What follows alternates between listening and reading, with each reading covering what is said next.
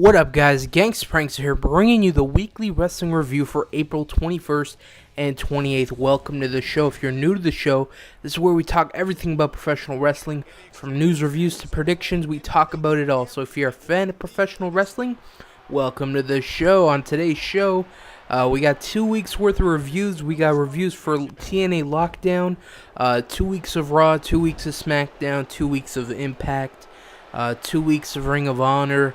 We got predictions for Extreme Rules and some wrestling news. So it's a long show. Let's get into it right away. First, we got a review for TNA Lockdown. I thought TNA Lockdown was pretty good. It wasn't the best, but it was good for what it was. So first off, the first match was the Lethal Lockdown match. Team Garrett Bischoff, which was Garrett Bischoff, RVD, Austin Aries, AJ Styles, and Mr. Anderson, versus Team Eric Bischoff, which is Eric Bischoff, Gunnar, Bully Ray, Kazarian, and Christopher Daniels. It was a good match. I enjoyed it. Garrett's team won. He got the shit beat out of him in the match. Man, holy shit. Like, he got chopped. He got the fuck beat out of him. I wouldn't be surprised if he was pissing blood the next day. He got brutalized. They chopped the shit out of him. He got beaten to shit with a kendo. He got brutalized, and it was pretty enjoyable to watch, so that was pretty fun. Next, we got the Motor City Machine Guns versus Samoa Joe and Magnus tag team title match. Good match. Joe and Magnus win. Next, we got Devon versus Robbie E TV title match. It was okay. Devon won. Next, we got Velvet Sky versus Gail Kim Knockouts title match. Good match. Gail wins. Next, we got a segment. Ric Flair comes out and calls out Hulk Hogan. They go back and forth, whatever. And it ends with Hogan punching out Ric Flair. Next, we got Crimson versus Matt Morgan. Pretty good match. Crimson wins. Next, we got Jeff Hardy versus Kurt Angle. Good match. Hardy wins. We got Eric Young and ODB versus Sarita and Rosita. It was okay. It was pretty blah, to be honest. And last but not least, we have Robert Roode versus James Storm World title match. I thought this was a really good match. Roode won. The ending was pretty cool. Well, it was whatever.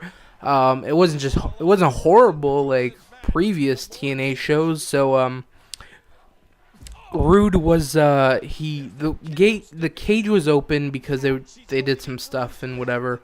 Anyways, Storm super kicked Roode, and he stumbled out of the ring, fell through the ropes, and knocked the cage open, and he retained the title. So he kind of retained by fluke, and Storm lost. I kind of thought Storm was going to win, just because he got a lot of offense in the match, just, with the whole Nashville thing, he's a redneck, whatever. I think he lives in Nashville, so it's like the homeboy. He has a hometown advantage or whatever. I thought he was going to win, but Robert Roode swiped that up, and that's whatever. It's good to see. And anyways, it was a pretty good show. Nothing too amazing. I recommend the final match. It was pretty good. Robert Roode and James Storm, I thought they delivered.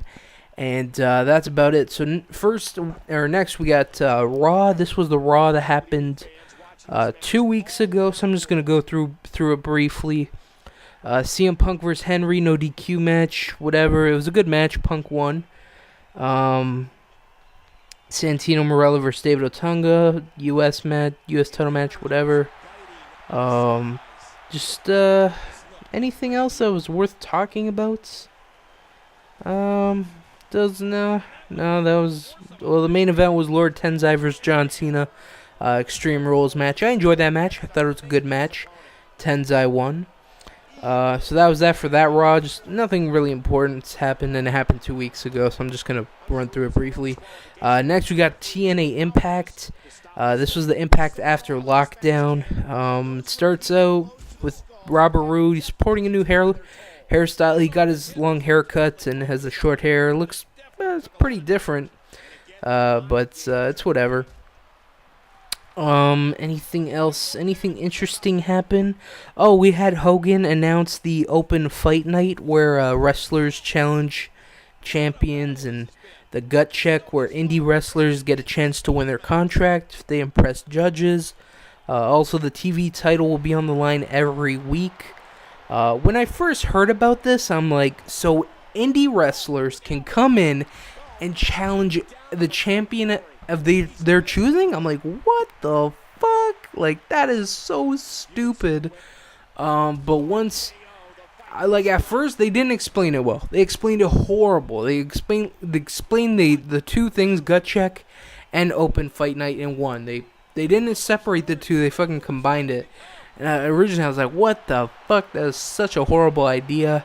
But on the next Impact, they kind of explained, they separated the two. They're like, okay, open fight night is where any wrestler on the roster can challenge a champion. And the gut check is where an indie wrestler will come in and have a chance to impress judges. So once they separated the two, I was like, oh, okay, that sounds a lot better than the fucking, hey, this Joe Schmo wants a world title match against Robert Roode. Like, what? That would be so bad. I'm glad they're not doing that. So yeah, that's main event was, before that we had James Storm comes out, talks about losing at Lockdown and what it meant to him. He's gonna take some time off, so we won't be seeing him for a while. So that's fine. It's whatever. He needs some time off. That's cool. And the main event was RVD, Mr. Anderson, Jeff Hardy in a three-way number one contenders match for winner gets a world title match at Sacrifice. RVD won. I was kind of shocked. I really thought Hardy was gonna win, especially like he beat Angle, and then it would seem that he would get a world title match, but that's not the case. It looks like he's gonna go into a feud with Mr. Anderson, which is fine because that would be some pretty good matches. So we're gonna have RVD versus Robert Roode at Sacrifice, which should be pretty good. Leading up to what my prediction is: Sting versus Robert Roode at Slammiversary. That's my prediction. So yeah, that was it. Impact. It was whatever. Next we got SmackDown. We had the debut. Was it? Yeah, I think this was the debut of Darren Young and Titus O'Neil as a tag team. They're a whatever tag team. It's just whatever to me. I couldn't care less for them, to be honest. I remember first watching Titus O'Neil. It was on the season 2 of NXT, and the ending, the finale of season 2 NXT. They had a huge brawl, and I remember he fucked it up so bad because he was attacking like Michael McGillicuddy or something. No, that was first. Who did he attack? I think he attacked Alex Riley or Percy Watson. He attacked somebody. Anyways, he completely fucked it up, and that's every time I think of Titus O'Neil, I think of the ending of season 2 NXT, where that brawl was just so fucking bad. And yeah, Darren Young just looks bland as a motherfucker. Really no personality out of him whatsoever. At least that's what my perception. So that was whatever. What else do we have on the show? Oh, we had a backstage segment with Teddy Long, William Regal, Aksana, John Laurinaitis, and Antonio Cesaro. Formerly known as Claudio Castagnoli. I'm super excited that he's going to fucking debut on SmackDown. We'll talk about that later because he debuted on the SmackDown after this. But oh my god, fucking Claudio Castagnoli on SmackDown. Fuck yeah, I love him. He's a great wrestler. If you don't know anything about him, go watch his stuff in Ring of Honor. Claudio Castagnoli, that was his name. Just ROH, Claudio Castagnoli. Some matches should pop on YouTube. I really like him. It sucks that he has to be involved in this stupid storyline with Aksana and Teddy Long, but it's whatever. But other than that was it for SmackDown. There's nothing else important happened. Next we got Ring of Honor. They showed a couple matches from the Showdown in the Sun pay-per-view, which happened a couple weeks ago. They showed Mike Bennett and Lance Storm, Kevin Steen and El Generico. Both those matches were shown on the show. Those are good matches. If you missed those, go order the full pay-per-views because they're really good. So next we're going to talk about the results that happened last week. So first off, we have the 3-hour Raw. It was pretty good. Let's talk about it. So first, they have supposed to be a contract signing between Cena and Lesnar, but Lesnar's not there yet. Anyways, Edge comes out and pretty much tells Cena that he's different and he needs to man up and beat Brock Lesnar. whatever. Good to see Edge back. It's always good to see the Rated R superstar. Next we got Chris Jericho versus Kofi Kingston. Good match. I enjoyed this match. It was a great opener. Next we got R-Truth versus Lord Tensai. Okay match. Tensai wins. We had Orton, or King comes out and talks about Orton and stuff. Orton appears on the Titantron with Paul Bearer. Good to see Paul Bearer, even though he was all tied up and shit. Anyways, Kane says he doesn't care about Paul Bearer. Orton comes out, they brawl. That's whatever. We got Alberto Del Rio and Cody Rhodes versus Great Khali and Big Show. Pretty good match. Big Show and Khali win. Next we got Beth Phoenix versus Nikki Bella. Divas title match. Divas title Lumberjill match. Pretty good match. Nikki wins and is the new Divas champ. Beth actually hurt her leg during the match. She suffered a severely sprained left ankle. That definitely sucks for her because she had a really good reign as Divas champion. So it sucks that it has to be over because of an injury. I was hopefully it would have led up to a return of Karma and then they would have battled back and forth, but that doesn't look to be the case now because she's injured. Nikki Bella's a champion. We'll just have to wait and see where this leads into. Next we got Teddy Long's in the ring with cops to conduct a sobriety test on CM Punk because they saw him drinking backstage or whatever. Punk acts like he's drunk and stuff, and they go on, and he has to recite the alphabet backwards, which is fucking crazy. I don't think anybody can do that sober.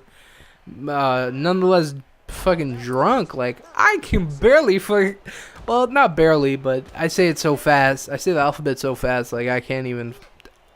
I'm not really thinking about it. It's just, like, ingrained in my memory. I know what it is, but I don't have to think about it. Just, like, I know what it is, I don't know what the fuck I'm talking about. Anyways, you have to say the alphabet backwards. You have to walk a straight line.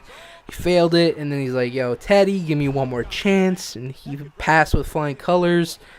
Walked the line back and forth, saying the alphabet backwards. And they eventually they brawled, and Punk attacked Jericho. Next, we got Sheamus versus Mark Henry, special guest referee Daniel Bryan. This was okay. Henry won. Epico and Primo versus Zack Ryder and Santino Marella. Pretty good match. Santino and Ryder win. Brodus Clay and Hornswoggle versus Dolph Ziggler and Jack Swagger. Okay match. Brodus and Henry win. Or Brodus and Hornswoggle win. Sorry about that. And last but not least, we got the contract signing. First Lesnar comes out. Cena doesn't come out till about 3/4 of the way. And, Lesnar demands all this stuff from Laurinaitis. He wants, it's going to be called Monday Night Raw as Brock Lesnar or whatever, something like that. He says a bunch of ridiculous shit. Laurinaitis agrees. Lesnar signs the contract. Cena comes out. He signs the contract. And, that was it. They didn't get into a physical altercation, which is fine. It's whatever. Save it for the pay-per-view. Next, we got the Open Fight Night TNA show. So first match was Devon versus Bully Ray, TV title match. Good match. Devon wins.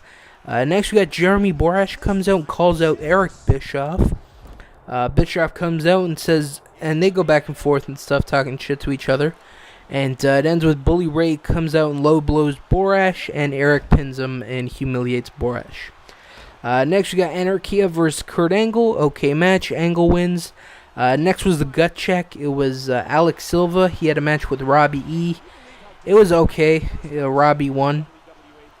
Next, we got Brooke Tessmacher versus Gail Kim. Pretty good match. Brooke won. Samoa Joe and Magnus versus Mr. Anderson and Jeff Hardy. Tag team title match. Good match. Joe and Magnus win. After the match, Kazarian and Daniels attack Joe and Magnus. So that's going to lead into something. And during the night, or even last week on the last Impact, Kazarian and Daniels had some evidence. They were finally going to reveal what they had over AJ or whatever. Some evidence or some shit. I think they're going to reveal it next week, so we'll talk about it then. Finally, this mystery is solved. What else? Oh, we had, and finally it ended with Ric Flair, Gunner, Bully Ray Kazarian, and Christopher Daniels come out for Eric Bischoff's going away party. They talk about how great he is and how he's going to be missed. Garrett Bischoff and Jeremy Bischoff, and a bunch of other people come out and interrupt. A brawl breaks out, and Garrett and Jeremy throw Eric into a porta potty and flip it over. It was an okay show. Most of the show is fucking Hogan choosing who was gonna be the number one contender for the tag team title match, and they had some funny not funny, but Eric Young was really good in their segment. Like, Mr. Anderson, like Hogan's like, "Yo, Anderson, Hardy, you guys hate each other. You need to work through your problems." And Anderson kisses Hardy, and Eric's like, "Yo, you guys should get married. It definitely helps."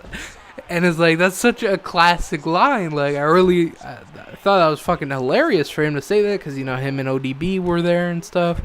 And so Eric Young made that fucking segment what it was. Next we got SmackDown. Comes out. It starts out with Daniel Bryan comes out, talks about Sheamus and how at WrestleMania was a fluke win.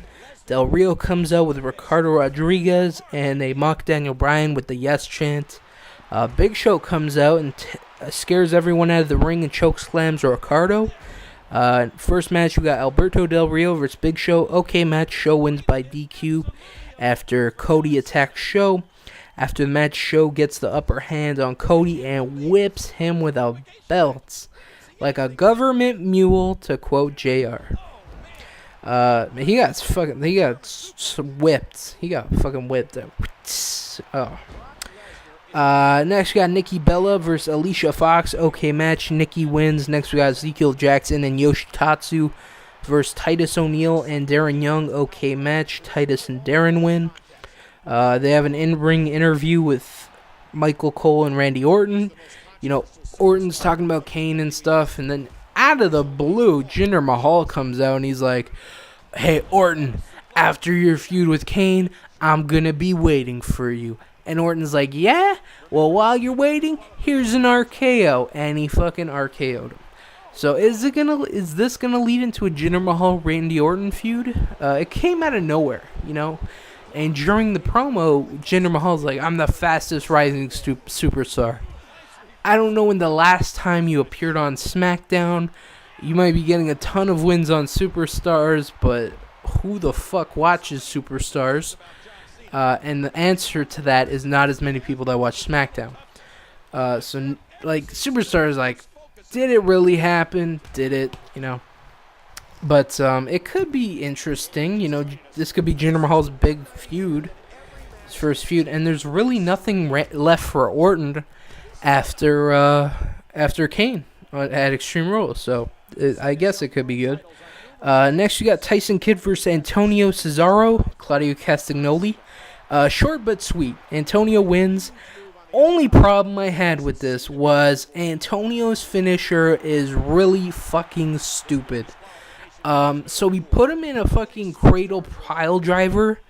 Is it a cradle? Like Jerry Lynn, his pile driver. He put him up in a pile driver position, and then he just fell forward with him. And it's like, what? That is a horrible finisher. It just looks so stupid. Claudio has so many good moves in his repertoire.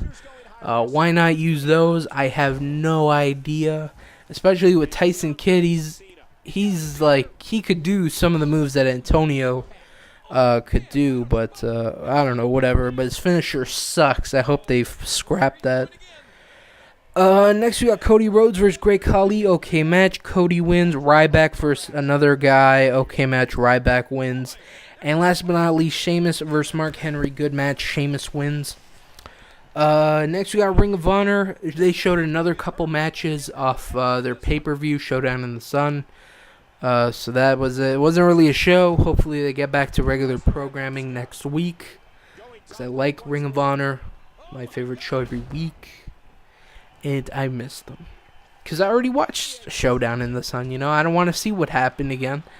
If I want to, I can just go to Go Fight Live and rewatch the pay-per-view from start to finish. So next we got predictions for Extreme Rules. I know it's extremely late. You get it? Extreme Rules, extremely late. Yeah, I'm pretty hilarious. I'll be here all week.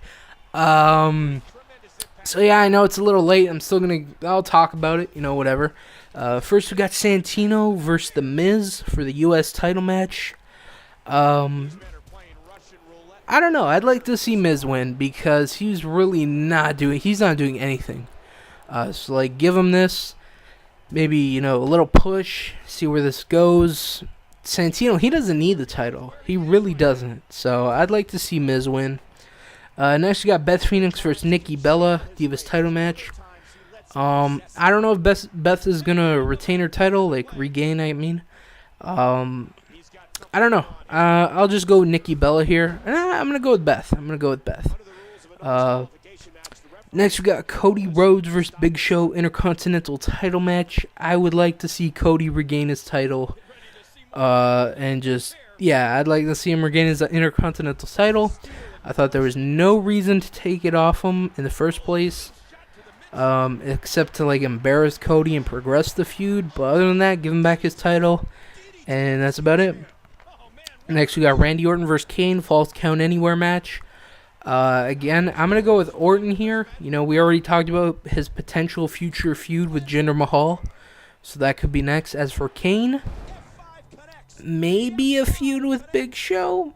I don't know what could go for him. Next week, or maybe, all right, we'll talk. This will lead into the next match: Sheamus versus Daniel Bryan, 2 out of 3 falls match. I would really like to see Daniel Bryan win, but I'm gonna go with Sheamus. I think he's gonna win, and maybe that can lead into a feud with Kane. Maybe. But yeah, I'd really like to see Daniel Bryan retain.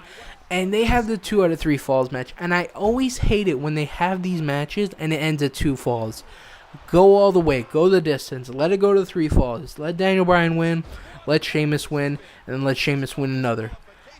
Don't end it at 2. I think it's so stupid when it's like, yo, we're going to have a 2 out of 3 falls match. And it ends in 2 falls. I'm like, oh, that's lame as fuck, It's whatever. Next we got CM Punk versus Chris Jericho, Chicago street fight for the WWE title.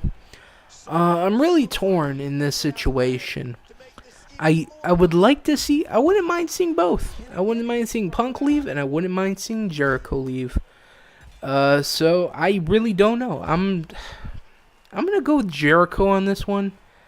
Just like he came back to feud with Punk. And he's lost, all his pay-per-view matches. So, is he going to lose for, would it be a third? No. Second pay-per-view in a row? Is he going to lose? I don't know. I think he's going to win. I think Jericho's going to take it, but we'll just have to wait and see. Finally, Brock Lesnar versus John Cena. The match to order the pay-per-view. This is like WrestleMania. Everything was good on WrestleMania, but you paid to see The Rock and John Cena. And to me, this just seems like the same scenario. And I think it's pretty obvious who should win. Definitely should be Lesnar. I mean, how can Cena lose to The Rock but beat Brock Lesnar? That just sounds fucking retarded, right? He loses to The Rock, an actor, but he wins against the fucking UFC badass Brock Lesnar. It doesn't make any sense for Cena to win, Let Lesnar win. Let him dominate WWE. Let Cena take some time off because he has been on WWE for TV for 10 years straight. 10 years? About 8 years he's been on TV straight, always at the top. So give him a break. Give him a chance, maybe come back at SummerSlam in August or earlier, whatever. And until then, let Brock Lesnar reign supreme, let him kick everybody's ass, and show the WWE roster that he means business. So, those are my predictions. We'll talk about it next week where I review it.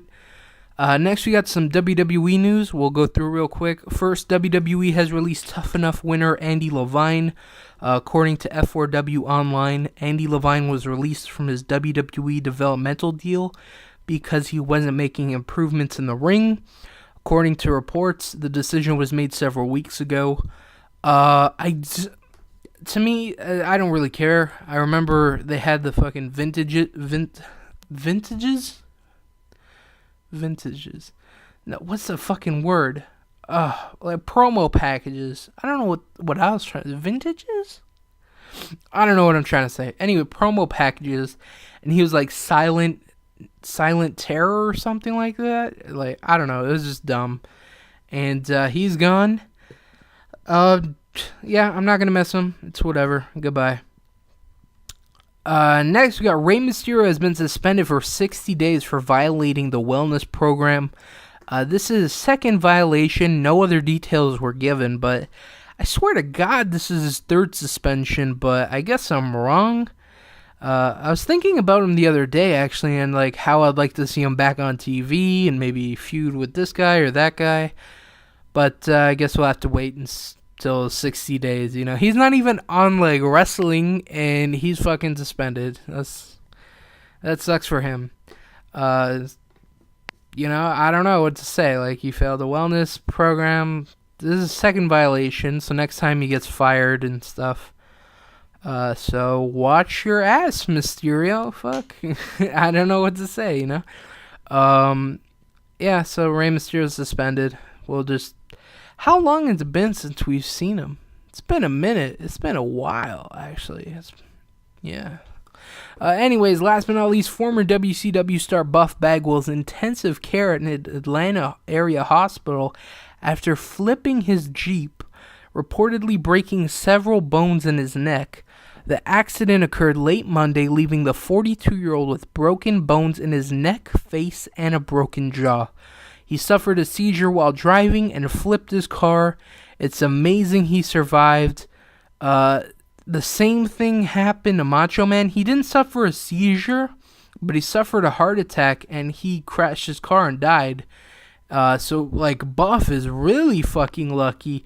He suffered a seizure, flipped his car, broke his neck. Like, I was reading, like, stuff about his spine, broke bones in his face, broken jaw. Like, he's fucked up for real right now. And last I read about him, you know, he could eat solid foods again. And I think he's going to make it, but it's definitely going to be a long road to recovery. And that sucks to hear. So my best wishes go out to Buff Bagwell. Remember watching you in WCW. Buff is the stuff, and hope you get better, man. Anyways, that was it for the weekly wrestling review. I want to thank you guys for watching. See you guys next week where we have reviews for Extreme Rules, Raw, Smackdown, Impact, Ring of Honor, and some wrestling news. Hopefully I'll start uploading a more constant schedule this week. I didn't really post a lot in April, and hopefully I'm going to make that up with May. So thanks for watching, guys. Take care, and peace out.